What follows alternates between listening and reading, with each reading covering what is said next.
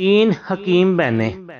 بشر بن فضل فرماتے ہیں کہ ہم حج کے لیے نکلے، ہم عرب کے ایک چشمہ سے گزرے، لوگوں نے ہمیں بتایا کہ یہاں قریب میں تین لڑکیاں ہیں جو بے حد حسین و جمیل اور آپس میں ہمشیرہ ہیں، یہ تینوں بہنیں حکیم ہیں۔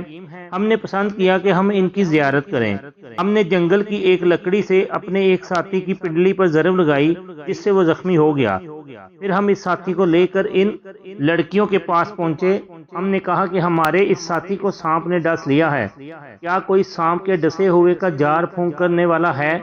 ایک لڑکی باہر آئی جو سب سے چھوٹی تھی، وہ ایک ایسی لونڈی تھی گویا کہ سورج طلوع ہو رہا ہو۔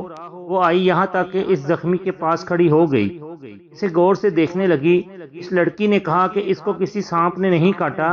ہم نے کہا آپ کو کیسے معلوم ہو گیا؟